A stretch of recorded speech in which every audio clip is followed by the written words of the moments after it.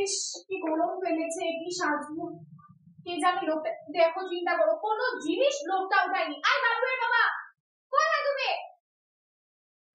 কোথায় গেলে তুমি? শুনতে পাচ্ছ না নাকি? এই লোকটাকে নিয়ে আমি আর পারছি না। ও, কি হয়েছে নাকি তোমার? এত চিৎকার করছো কেন ছোট লোক পেটির মতো? ছোট লোক কাকে বলছো তুমি? কাকে ছোট লোক বলছো?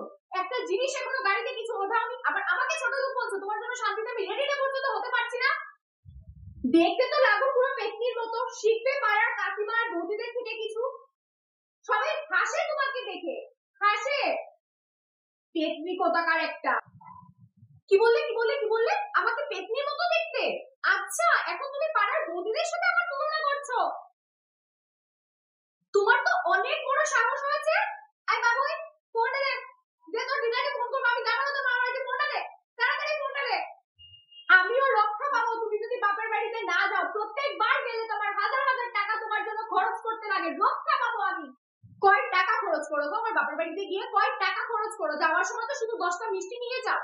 দেখেছো ছোট বোনের জামাইকে আমার কত কিছু নিয়ে যায়?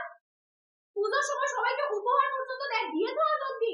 আজ অব্দি দিয়েছো তোমার শাশুড়িকে কিছু পুজোর সময়? হ্যাঁ, জামাই ষষ্ঠীতে নাকি কিছু দিয়েছো? আমার বড় বড় কথা।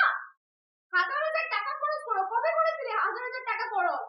আজ থেকে বলে দিলাম, তুমি আজ থেকে আমার বাপের বাড়িতে কি একদিনও ভাড়া দেবে না। আমি আর আমার ছেলে যাবো। তোমার লাগবে না আমার বাপের বাড়িতে যেতে। যাও যাও, লাগবে না যেতে। আমিও যাচ্ছি না। দেখো তুমি কি করে যাও। যাও, আমি কি করে যাবো আমি দেখবো। তোমার টাকাও আমার লাগবে না। বড় বড় লেকচার দিতে সবাই ওস্তাদ। যাও।